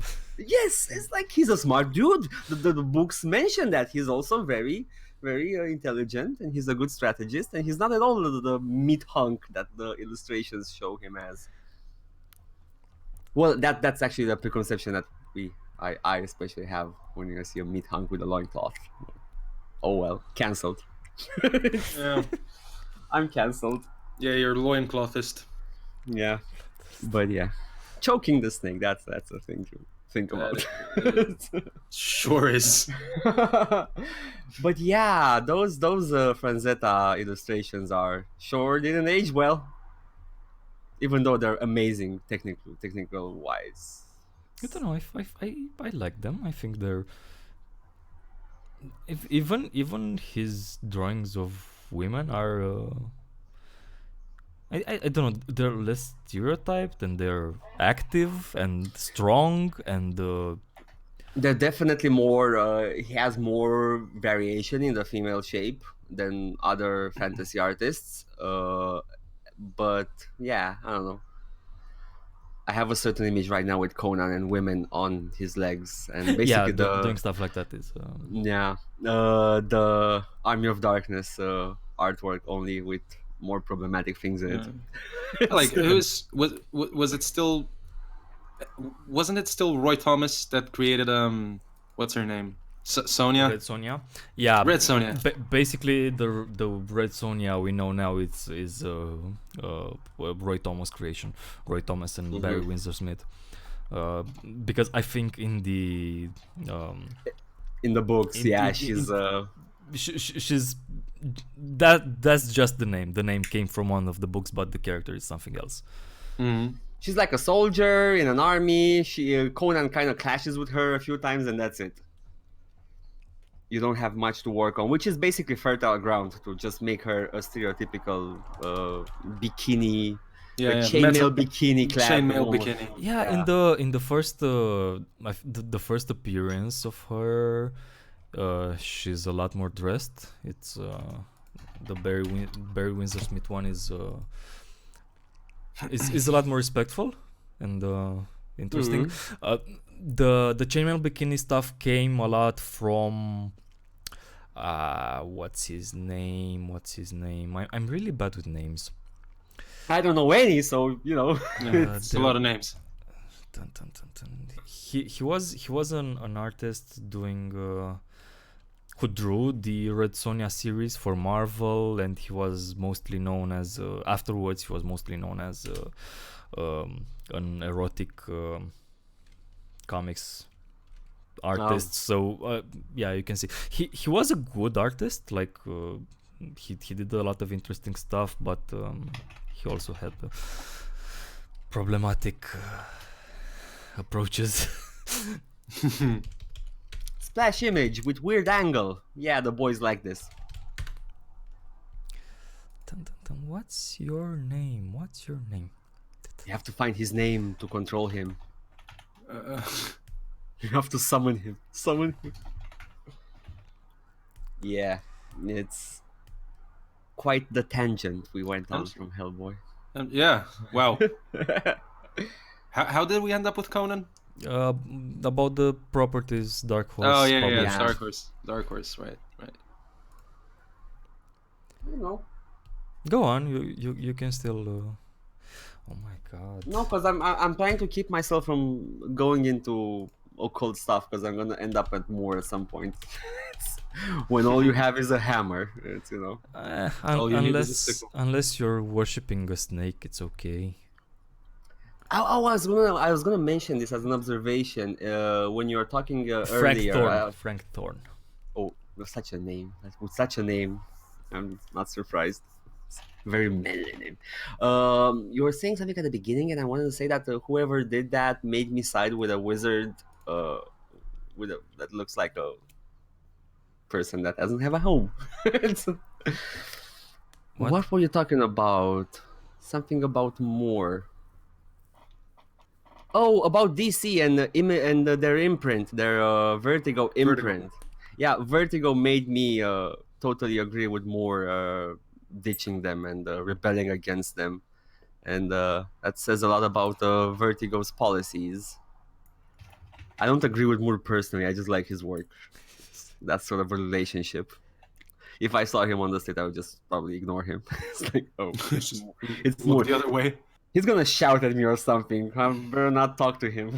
No, I think he's a lot more reasonable in person. I don't think he likes nerds, but if you don't treat him like you are a nerd, it would be fine. He likes Stuart Lee. He's friends with Stuart Lee, which What did he do? Stuart Lee.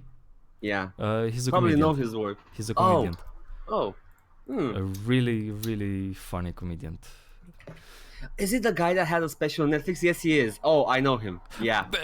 Like half the people that farted on stage have Netflix special. Here's the thing. No, here's the thing. Cause I've known him from a few panel shows in the past, but I've never seen his sets. But I saw a full set of his Netflix special. So yeah. I think you shared it, Aline. Probably. Yeah, you kept talking about it, and I just clicked on it because it's so easy to click on things on Netflix. It's dangerous.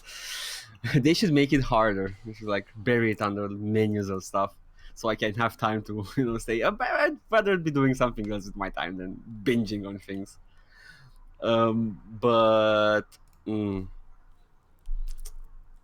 was gonna say something. I lost my train of thought. You were talking about Alan Moore. No, I always talk about Alan Moore. That's not it. Oh. Good. It's something about comedians and stuff. Whatever. It'll come back to me if it's important. Yep. So yeah. I just noticed that Hellboy's eyes are blinking. Nice touch. Oh yeah. He's falling, always falling. So, what are you guys playing? Wait, did this turn into your other podcast all of a sudden? No, I'm just feeling the air. It's So do you plan on seeing the new movie? No. I'm gonna probably watch it when it's accessible to me without struggling too much. Yeah, legally watch it. Yeah. Possibly whilst drunk.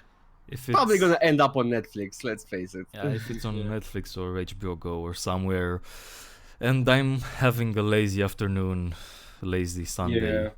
Like a really lazy one. Yeah, maybe. I mean, it's above Solo as a priority. Oh no, Which- no. Solo is a watchable film. Yeah, but I'm not that. I'm totally not. I'm aggressively not interested in Solo and his adventures and stuff, and that's why Hellboy is above him. I like all the new Star Wars films. I like the set designs and they're eye candy. and the props and the way they look because they have really good image direction. I have a problem with this because I know they're gorgeous and I also like them, but I really have a problem when I can't point to a person doing the work. And it Yeah, feels like a committee. I can see that. Yeah, it's especially um, the side story ones are like that because they are like that. Both Solo and Because the other one, the Rogue other One. one, Rogue One, Rogue One. had two directors. One of them coming in to fill. Mm-hmm. Yeah, it was a bit nasty, but the first ones, the first two main ones were pretty recognizable. Like the Ryan Johnson one. Ryan Johnson one was good. Yeah.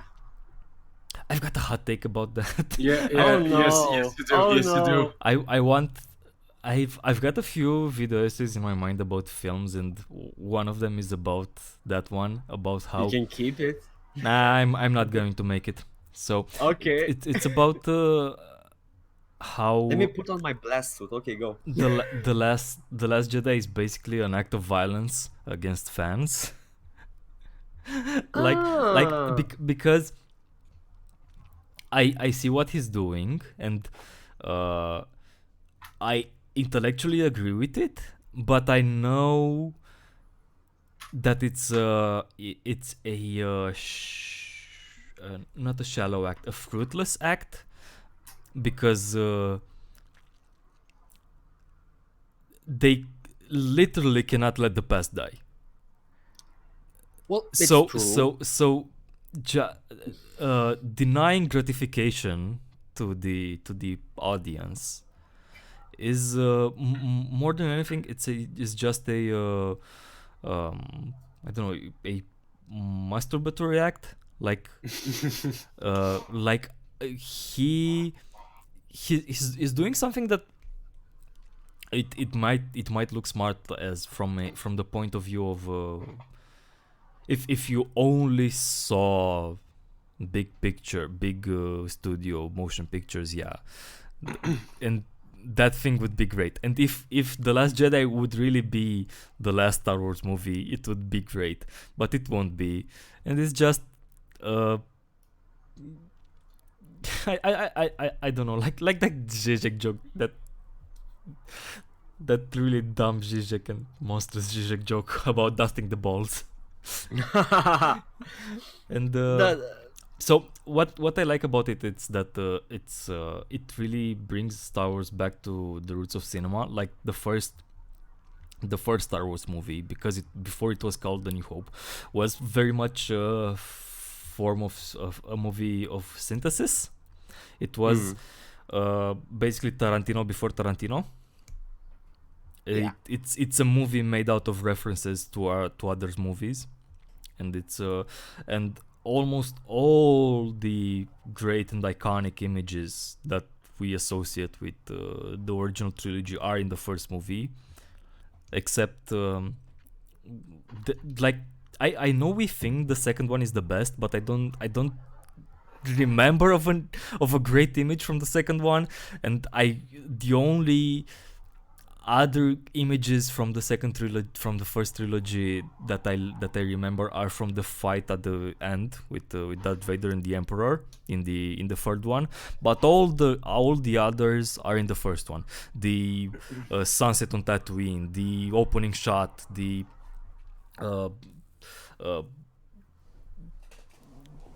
the way the ending ceremony, all of those great iconic shots are in the first movie, or if there is something like that in the, or if there are sorry, or if there are similarly great shots and compositions in the second ones, they build on and reference stuff from the first movie. There is very little that's original, because they start to think of the film not as cinema, not as a visual medium, but as a piece of Star Wars property. Yeah.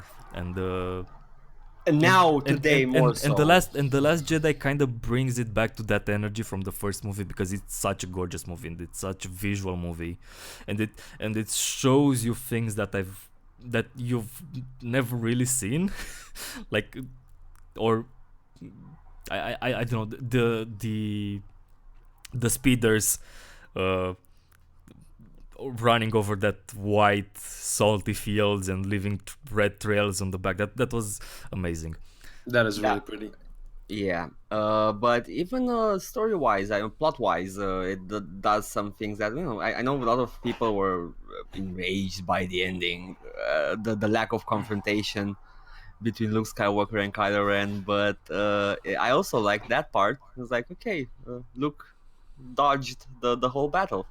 He was a Force ghost, and I thought that was pretty neat. Yeah, I don't know. I also follow a lot of film Twitter people, and I'm getting brainworms because they hate everything that's popular, and they love, Of course they do. and they love a lot of trash, and they intellectualize why they love trash. They also love like really good stuff, and yeah, and they've put brainworms in my head, and I cannot enjoy stuff anymore. Look, loving trash, I get it, because again, you're just I even regarding my own preferences, I see it working that way. I rather watch something that is a product of a guy or a few people, one for the design, one for the story, where I can just be led on a trip, and if I like it, I might have something in common with the creator. I mean, part of him, part of his creation appeals to me, and there's a connection there when you're watching, I don't know, that one with, oh my god, what's that movie called? Trolls 2. Yeah. You're like you're laughing at it sort of, but at the same time you're so glad somebody thought that up and put it into movie. And when you're thinking about The Last Jedi, No, that's a mistake. That's a bad reading of a line. it doesn't matter. It happened. It was a ragtag team of people working there. But when you're thinking of I don't know, Luke Skywalker sucking on space cows, and Oh my god, I love that. you're like, that Yeah, is yeah. But it's like, oh, that went through 5 different groups of people, and it was let into the movie. It wasn't a mistake. It wasn't somebody like, I really want space cows and Luke sucking on them. It's less genuine. Okay, and getting back to Hellboy, this is a really good point to get back to Hellboy, because that's what I love about all the ancillary Hellboy stuff. I reread a lot of them because they were I missed them when they first appeared, but now with the movie, a lot of them were on sale on Comixology, and I bought almost all of them and read them. I loved a lot of them, much more than I thought I would. I think that they are some of the best genre comics that have been published in recent years, and don't think a lot of people talked about them or liked them or anything. I don't know why. Probably because they thought, as I do, that they are just some side miniseries that are made to make money. But and some of them are that, like, they're fine but not great, and but I don't, the Lobster Johnston series, for example, it's amazing, and or some of the Witchfinder are William Gray Witchfinder, they are really good as well. The BPRD, the free BPRD 1945, 1946, 1947, they are really good as well, especially the first one, and so on. And they are so good precisely because Mignola gave the framework and to some people, to John Arcudi and to an artist. They are very artist driven, and they could really inform them, like with Lobster Johnson, Tonci Zonjic, which is a Croatian artist who moved in Canada, really made that finger something really special. which I don't know. You'd think that Lobster Johnson is a really one-note character because he's a guy that really hates Nazis, Yeah. but he's basically the Doom guy.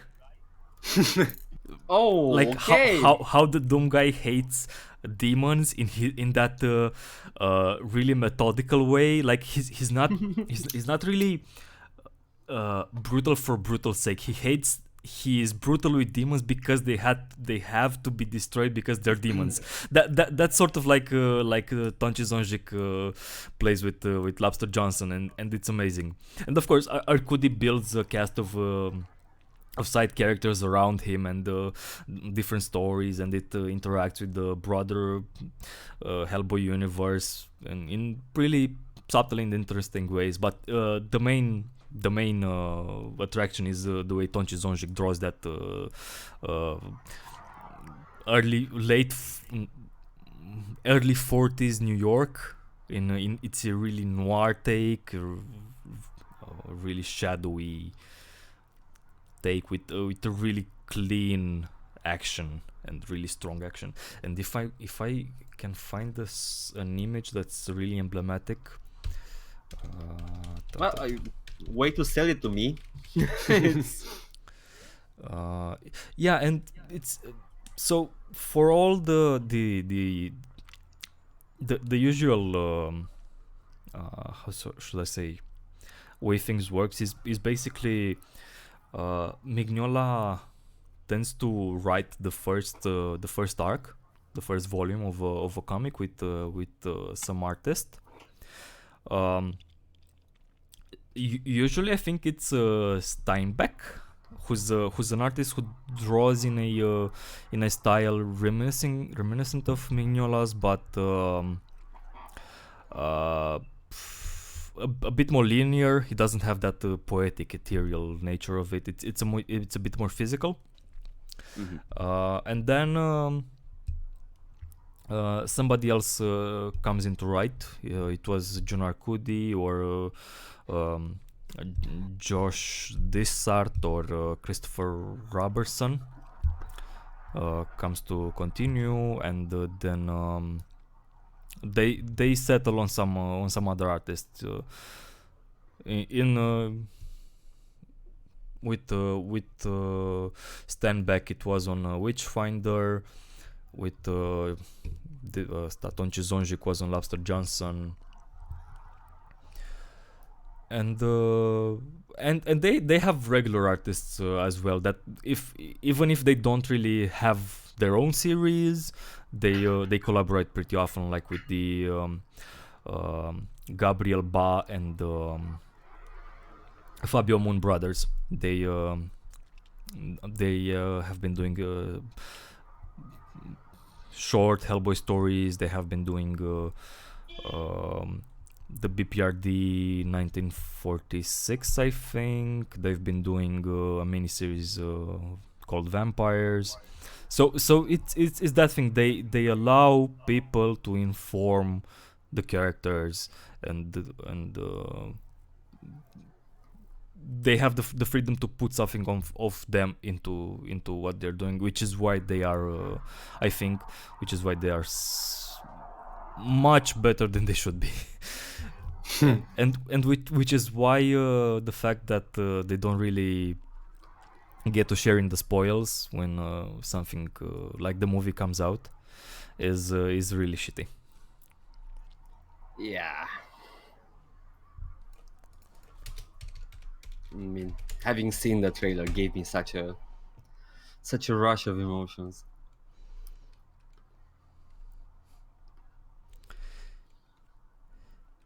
Yeah, I don't know. I don't find that Nazi die, but I can show you the last image of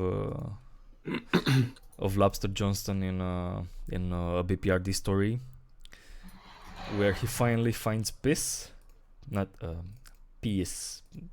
Peace. Peace. Tranquility. Peace. Tranquility. Tranquility. I not, found peace here. So, yeah, where is the image? Fighting for world peace. Yeah. One tinkle at a time. One tinkle at a time. I don't know. Whoa, Uh, you killed the whole image. Yeah, I it's don't very. know. I don't This know why. comic's very dark. I don't know why the image isn't showing. Hmm. Hello, darkness, my Hello, old friend. friend. Dun, dun, dun. Hellboy's back. Yay! Endlessly falling, and that flapping coat he's wearing. Yeah. This is Oh, here it is. So his resting place is basically fighting Nazis forever, and and such a great and image. that's how he's finally at peace. And I love Nice. it. Cute, yeah. Way to go. Punch and stare. I don't know. That's Lobster Johnson's take on the Rip and Tear. Punch and stare. Yeah, he stares at the Nazis as they die. Her. Yeah. But from the only arc I read with Lobster Johnson, he always seemed like a revenant. So yeah, like a one-track spirit bent on doing one thing only, and as it turns out, that's exactly his character in the comics. Yeah, and Nice. and punching Nazis is a very good thing to do forever. Yes, Oh, it yeah, is. yeah. It It's is. good praxis. But you have to look at all sides. You've heard it here, folks. Go out, find a Nazi, clock him in the face. Yeah, plenty to be found. I guess. Yeah. Again, I listen. I try to listen, but when I listen to people, I forget what I want to say. It's I should listen to people less as they're talking and focus on what I want to say. It's a conundrum. I know. Horrible. It's about Hellboy and punching Nazis. Nazis. Nazis. Can't think of it. Oh well. Yeah. Oh well.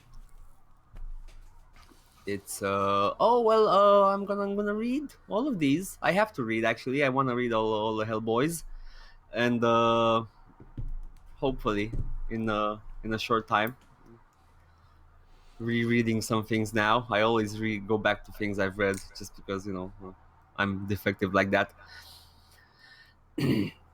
And I find that some artists, some books are good material for rereading.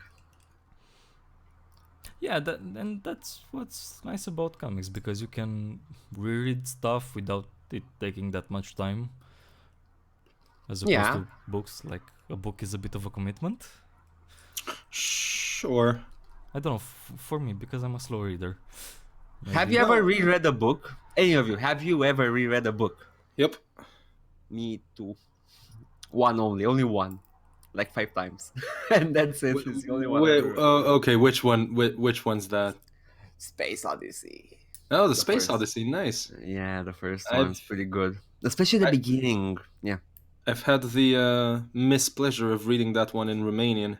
No. And- Let me tell you, oh boy, is it a fucking nightmare of a translation. Most of them are. Like they get terms from physics wrong. It's just like they translate momentum as moment, which is an entirely different thing in physics in Romanian. Jesus. Yeah, it's just awful. It sounds to me Awful like stuff. like a poorly paid translator. Yeah. It happens. I went through some of that. Well- there comes a moment where we just don't care anymore. We just translate randomly. Right, yeah. Yeah. I haven't. The only book I've reread is Capital. no, Sorry, go on. close. John Berger's Ways of Seeing. That's what I've reread. Oh, But okay. that's like, I don't know, 80 pages. Oh. And Yeah, it's, something like that. and it's a book of a book of theory. I haven't read fiction. I haven't reread fiction. I think maybe for school. No. Reread something in the Why should you just read something in the 5th grade and then reread it in 8th grade or something, because for Oh, exam okay. or whatever. But No, but that doesn't count. That doesn't count Yeah. if you're not doing it voluntarily. Yeah, exactly. I'm a really slow reader, and I don't like to read fiction, and yeah. I take a lot of time reading myself, I'm comics not are that nice. one. You reread the same line and you get annoyed.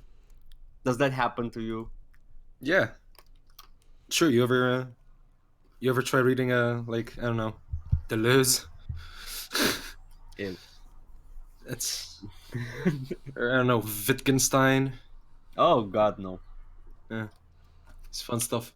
It isn't. It isn't. Okay, I knew that just by hearing about it from all sorts of sources. Yeah. It's a cool art style Hellboy has. It gives me hope as as an aspiring artist, because it's like, there's something I can do. But wait, no, actually Minola knows a lot more about art than I do. Those But shadows are not random. It also evolved a lot. Yes, but it's very flat. It remained flat, and I like that. It's like a mural. I took a bit. I took some screenshots of the way Hellboy's face changes over time, and the way. This is. So this is from Scene of Destruction, Mhm. and you can see it's very rendered. It's not that distant to what the image artists were doing at that time. It's a bit more subdued, but it has a bit of that energy and that angularity, and it's the shadows look like they're trying to construct a three-dimensional object, like Yeah. they're Right. Yeah. they're doing the face.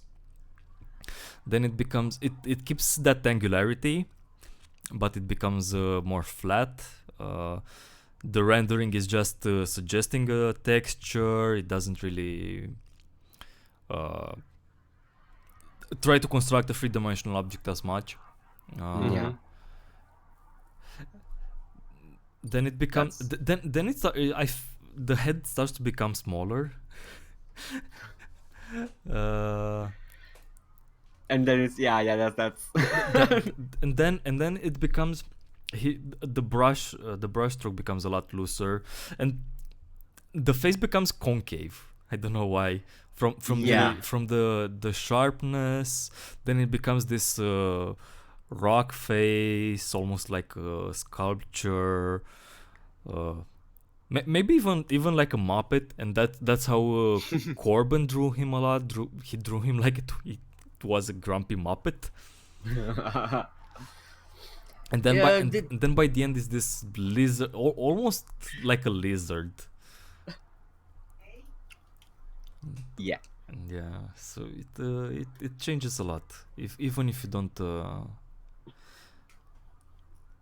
It happens when you keep drawing the same characters. You tend to simplify and then try to go back to the complexity once you realize, and then you kind of go back and forth, and you get the moon face Hellboy. What's this? I'm having troubles imagining his face in 3 dimensions here. Yeah, by that point it becomes a lot more graphic. Just a graphic sign that looks great on paper. But, yeah, looks like a bean. His head looks like a bean. Yeah, very good, and the colors are great. Everything's great. It's a great comic. Have we said that? Yes, I like it. I think it's been mentioned. Yeah, you should read Hellboy. By the way, if you've reached this point, might as well just start getting Hellboy from your preferred sources and just read it, all of it. From your preferred sources. I mean, Comixology or physical, different sources. Yeah, Smooth. And yeah, just a fun time to be had reading Hellboy. I was gonna suggest something related to Hellboy that's kind of like I associated with the style of Hellboy, but thinking about it, kind of like it's not that related. I just associated because my brain is dumb like that. But Tom Strong kind of feels Yeah. It's trying to evoke rather than deconstruct, which is something unheard of from the author. It's usually he deconstructs everything. I'm not gonna say his name, but yeah, and it's also fun. Yeah, also Black Hammer by Jeff Lemire and Dean Mornstrom. Dean. It's it's Ormstorm. Dean Ormstorm. It's a lot like that. Sort of a dark, mature take on superheroes, but it's mostly they're old and sad and. Yeah, but Tom Strong remains a naive superhero. Yeah, until he finds out that his nemesis is his brother and the world ends. Yeah, that happens. I blocked it, I guess, but yeah, staying in character, reminiscent of pulp adventures. I think he's even called a science hero, which was something I haven't heard of by that point. I was like, oh, that's such an interesting take on the whole genre. Yeah, that was what Moore was trying to imagine how comics would look like if superheroes didn't pick up and they'd still be at the pulp stage. Captures the imagination. What if dinosaurs? I think that's a complete sentence. What if dinosaurs? Instead of heroes, we have dinosaurs. Picture this: what if we had a dinosaur comic that was basically the same comic every time, and just the dialogue changed, and it was making funny jokes about stuff. Like a comic with dinosaurs? Yeah, like a dinosaur comic. That sounds oddly familiar. What if we had anthropomorphic plants for heroes? No, I missed that reference. No, it's not a reference. What if it's just like instead of superheroes, we worshipped plants? Maybe unknowingly we were all controlled by the fungus or something, and we're just worshipping the plant. And movies are very slow. Okay. Movies are very, very slow. It's like everything. Should we end it? Yes. I wasn't trying to make any suggestions. No, it's just like an idea. Like 8-hour movies. Yes, I guess we should. Okay, so I guess thanks to whoever stuck. Yep. For 2 or hours. whoever, yeah, in the future too. or whoever passed by, we love you. Yeah. And what's the takeaway? Read Hellboy comics. Don't watch the movie. Yeah. It's a good takeaway, actually, to be honest. And watch my videos. Yes, watch Aline's videos. Absolutely. And also tread softly, you might fall. Yes. What? Just in general? Just in general, yeah. Okay. Bye-bye. Bye. You.